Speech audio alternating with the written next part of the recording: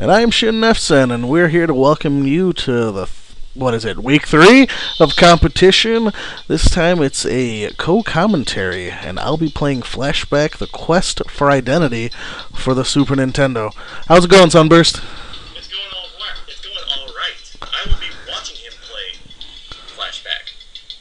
Yes, indeed. It's a game a lot of people mistake as the sequel for Another World. It does have a similar art style, but aside from that, the staff had nothing to do with it. But it is easy because when the game came up, like half the people said, "What is this? A thing for Another World?"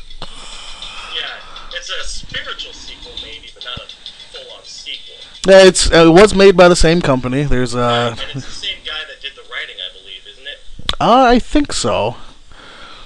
And here we have the title screen, which, for the US version, the official subtitle was The Quest for Identity, which I think the Jaguar version was the only one that actually displayed the subtitle on the title screen. Well, I guess the Jaguar was good for something? What are you talking about? A 21-button controller? Come on, that thing was a beast. Well, yeah, but how many of those 21 buttons worked? Oh, man, if you never used one, the basic controllers are 21 buttons and the advanced ones were 24, and there was no rhyme or reason to what buttons the games would use. So you'd have games that use there was 12 numbered buttons on the bottom. A game would use buttons 2, 7, 9, and 12. There was no rhyme or reason to anything. Engineering at its finest. Yeah, I'm actually really glad you kept these cutscenes in. Yeah. Because this one freaked me right out. And I'll show you why in just a moment. Okay. Okay, he's replaying. Okay, zoom in. Hey, it's me. Hi, Conrad. I am a Conrad. I have never seen my name in a video game before, so that got me. Yeah, I was actually going to mention that because when you gave me your Skype information, I typed it in and it pops back with your real name, and I'm like, really? Yeah, I wondered what was going on. I thought that I had programmed something in, and I thought I was still playing a computer game and it was using my name, but no, that's the protagonist, Conrad. Yep, and there I just kind of bounced off the wall because I already fell down. I figured I might as well show off some of the physics, which for the time are very impressive. They used it's similar, but it's actually a completely different technique than they did with Out of This World. But for its time, it was very realistic movement. Yeah, I'm kind of reminded of the Super Nintendo Prince of Persia port. Yep. It's got they're very realistic. They're dark colors, but they're realistic. Now, you actually managed to get this guy, didn't you? From across the chasm. Yeah, you kind of have to wait for it. Every time I did try to go up to get him, I just ended up getting knocked back down. And there's me failing to jump up. One of the few things that doesn't require multiple button presses is climbing up on the ledge. Then failure there, but you just press up to jump up on ledges. But for everything else, an action is preceded by the Y button. So if you want to jump, you have to hit Y then up. Or if you want to climb down to a ledge, it's Y then down. It really takes a little bit of getting used to, and that's why you see a lot of weird out-of-place jumps or falling. Yeah, and I noticed that. And I could never get that guy from across the gap, and I ended up taking a running leap and just running past him most of the time when I was playing. I never got that lucky. You'd always chase me down and zap half my life away, which, while I'm thinking about it, this game, instead of a life bar, you actually have, I haven't shown it, but you have shields. You basically get 4 hits, and on the 5th hit you die, and we'll get into that a little bit later when we find some recharge stations to refill my life, but it's a little bit more forgiving than Another World, where pretty much anything, or Out of This World, where pretty much anything, if it hit you, you were dead. Yeah, that game was merciless.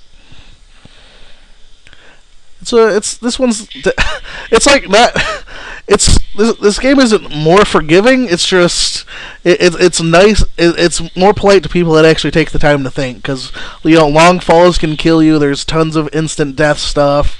You can easily get I think I do it here.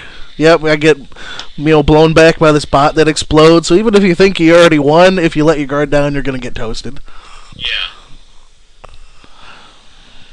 And do you do the trick on this guy? Oh yeah, we pistol whip this guy. Oh yeah. That guy was more useless than a hamster in a wheel. Oh yes, that's I. You know, a lot of people have obviously been talking out of this world 'cause it makes obvious sense. But another game that this really reminds me of is Blackthorn in a way.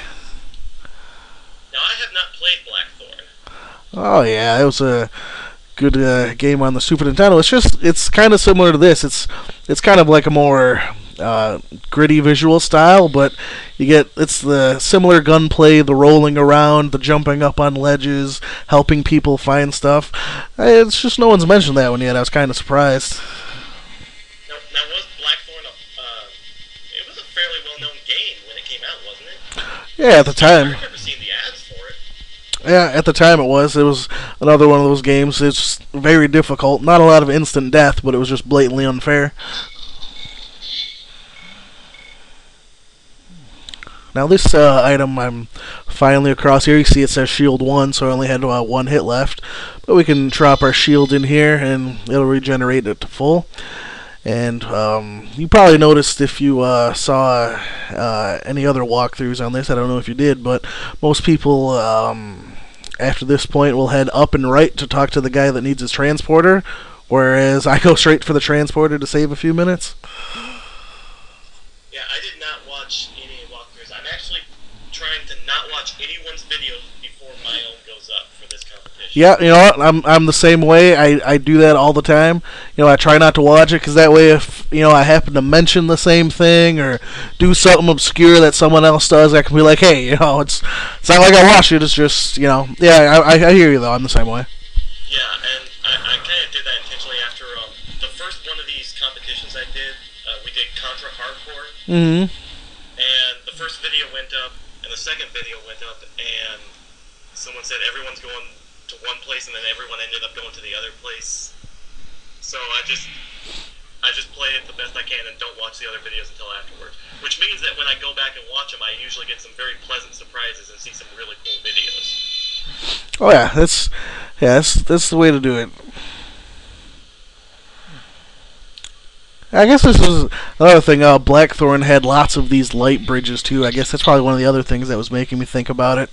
Is these light bridges are actually incredibly common in that game. Now I remember it was Out of This World, but it's another world. Like Super Nintendo's Out of This World. Mm-hmm. They had the light. It's that same effect, but it was walls or buried. Yeah. And yeah, that brought back some memories.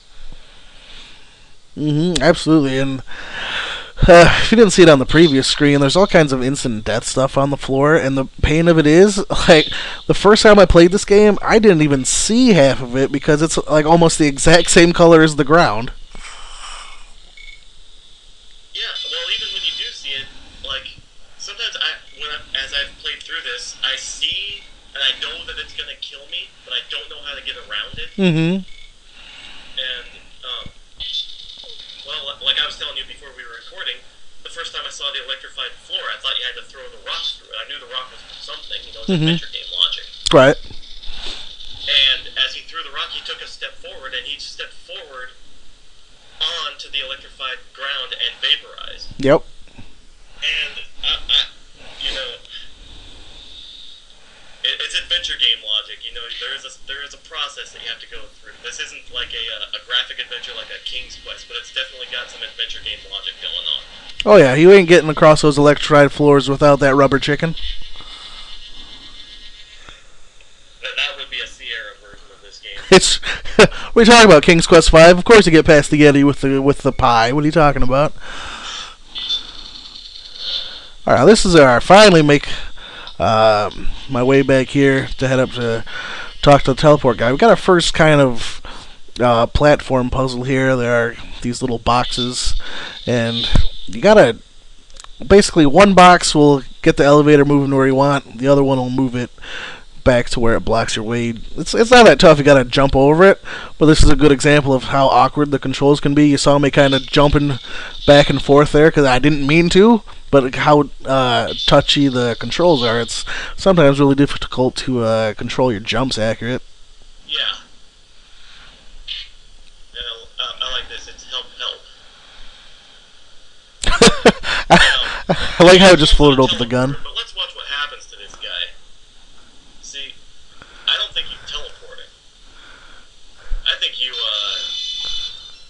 help him in a different way. You end his pain. Just watch the graphic here. I know. It's the suicide box. That's blood there. He just vaporized. Oh, it's true. It's true. I guess when it's Conrad doing it, it's okay. That's right. Conrads can get away with anything.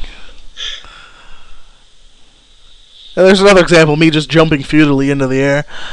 Oh, I did that all the time. And it's kind of strange because his body seems to line up, but then when he jumps, he like flattens out like a cat, so he doesn't quite line up anymore. Yeah, the jump set, like, it looks like you're lined up right, but you're right. The way he flattens out his body, it's like, what?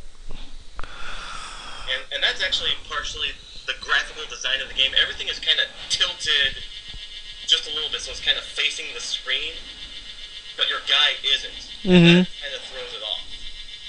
At least for me, that's what it looks like. Like everything is just tilted a little ways and makes it harder to get the exact angle down. I'm sure with enough practice, I mean, obviously after you play through it a while, you realize, oh, you have to be like right under the ledge. Mm-hmm. Yeah, it's just another thing to get used to. Like, again, like there's 2 instant death spots on this screen, and I lost count of how many times I accidentally killed myself just because I couldn't see anything, you know? Yeah. Oop, jumping into the air. And it's especially hard on some of that because like the front of the thing you're walking, like the, I guess we'll call that a tree, like the front of it's blocking your body, so you can't really see if you're lined up or not.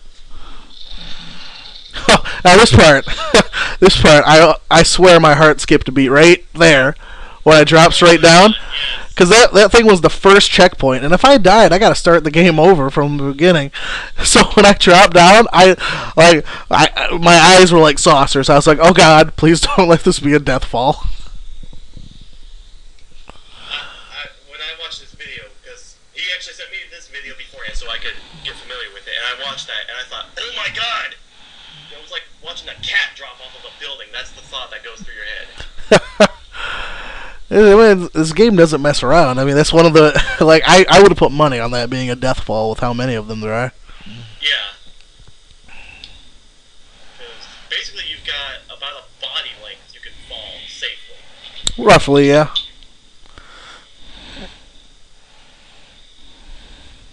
I think my worst death was when I shot one of those things, and the explosion knocked me back, and then knocked me down like 2 screens.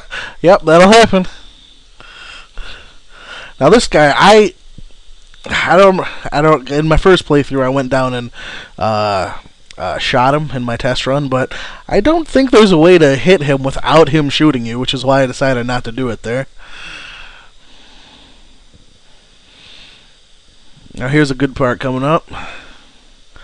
Get my gun all nice and ready, right? I'm gonna. Oops, didn't see it. Yeah, zappy. And this time you were about as useful as a hamster in a wheel. You know what? Leave my hamster alone. This just got really kinky. Yeah, sometimes it does. Like, I was kind of glad I died there because I was so paranoid. Because obviously I can't use save states. I was so paranoid about everything that when I finally did die right after the save point, it was like this huge weight lifted off my shoulder. I mean, The first thing you do is pass the obstacle. yeah, I mean, it doesn't explicitly say this in the game, but we're on Titan, I think one of the moons of Jupiter, if I remember correctly. And it's like, I mean, how would you pass this off as a good travel destination? You know, it's like, hey, Titan, that faraway slice of the galaxy you've been dreaming of. Whether you're here for the beautiful flowers, the intense sunsets, the green death ooze, or the machines of war designed to rip out your eyes, Titan has something for everyone. Call your travel agent today and book the experience of a lifetime. I mean, who would go here voluntarily? Well, you know what? The machine gun toting monks were what drove me to Titan. You know what? That's an excellent point. Because, you know, most of the monks I know, if they're monks at all, they either they sing or they do martial arts. That's the only kind of monks I know about. It's a true story. They kick ass for the Lord, man. Yeah. But these monks, they don't just kick your ass, they shoot you in the ass. It's true. But this guy right here, you know how useful he was? As useful as a hamster in a wheel. I think they need a new god. They don't seem to be very, their god, it's just not good enough for them, you know? It's true, you know. When God gives you lemons, you find a new god. Yeah. Now, this isn't anything that is mentioned in the scope of this part because it comes up later, but I've been collecting some credits and that key which will unlock a door back near where I died. But Like that. oh, well, there's some great physics. Like I guess he shot my knees out and I went flying. I don't know how it works, but By the way, did we tell our team name yet? we'll get there. Okay. Well, now it's just awkward in the middle of the video. I guess we can go out with it. I think the middle of the video is a good place to put it. I recorded it. I say what goes where.